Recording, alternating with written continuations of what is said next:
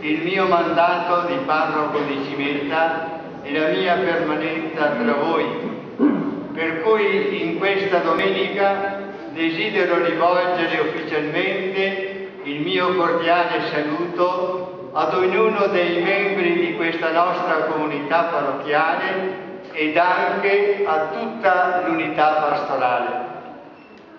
Nel compiere questo mio dovere mi viene in mente una frase di Michele Quast che dice così: dopo un lungo cammino fermati e guarda la strada che hai percorso e poi con semplicità di grazie al Signore che ti ha aiutato a percorrerla. Anche noi, come comunità parrocchiale di Cimetta, dopo 26 anni di vita pastorale, invitati dalla comunicazione del nostro Vescovo Corrado, ci siamo fermati e ci troviamo qui oggi per riflettere e guardare a ciò che è stato realizzato negli anni trascorsi insieme. Sono tante le attività pastorali, le iniziative varie e i lavori materiali compiuti con la collaborazione generosa e spontanea di molte persone. Tutto quello che è stato fatto con degli scopi ben precisi, la gloria di Dio, il bene spirituale e morale delle persone e creare sempre di più comunità, torna certamente, o carissimi, a vantaggio della parrocchia e fa onore a tutti i suoi membri. Domandiamoci, attualmente, com'è la situazione della nostra comunità?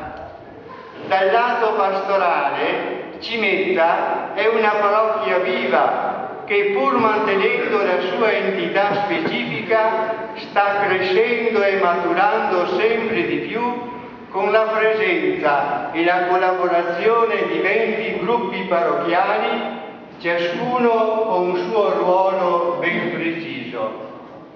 Di questi gruppi, senza far torto agli altri, ne nomino uno solo, quello che i membri più giovani, e cioè il gruppo dei chierichetti e delle chierichette, che attualmente sono 42.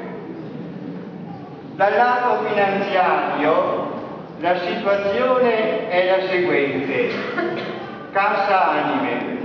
Al 31 agosto 2009 il totale delle entrate era di 600,77 €. Con questi soldi sono state fatte celebrare 60 sante messe per le anime per i defunti di Cimetta, per cui abbiamo un saldo attivo di 77 centesimi. Cassa Chiesa. Al 31 agosto 2009 avevamo in cassa un saldo attivo di 35.693,17 €. Questa somma serve per la gestione delle opere parrocchiali. Tutti i lavori eseguiti sono stati pagati. Rimane la spesa degli spogliatoi, di cui il soffitto, travi, tavole e cose in opera è già stato pagato dalla parrocchia. Il resto invece è a carico del gruppo dell'H, Associazione Calcio Amatori di Cimetta, che lodevolmente si è impegnato per questo lavoro. Scuola materna Don Bosco. Per quanto riguarda la situazione economica della scuola materna, si può dire che fin d'ora siamo sempre riusciti a soddisfare le diverse esigenze e necessità, grazie specialmente alla generosità di tutti.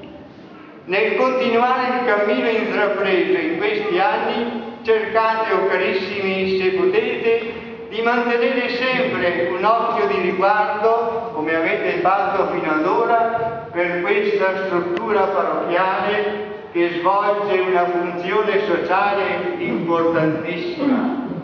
La sua opera è un vero e proprio inizio di formazione dove si gettano le basi, dove si contribuisce a formare i tratti salienti della personalità dei bambini, quali l'onestà, il senso del dovere, il rispetto per gli altri, la disponibilità, l'aiuto, il senso critico, la capacità di ascolto, la carità e l'amore cristiano.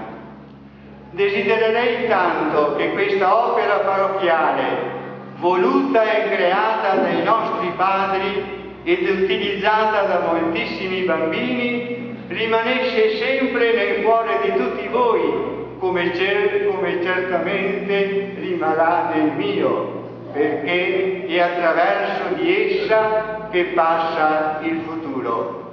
I bambini di ieri sono i genitori di oggi e i nonni di domani.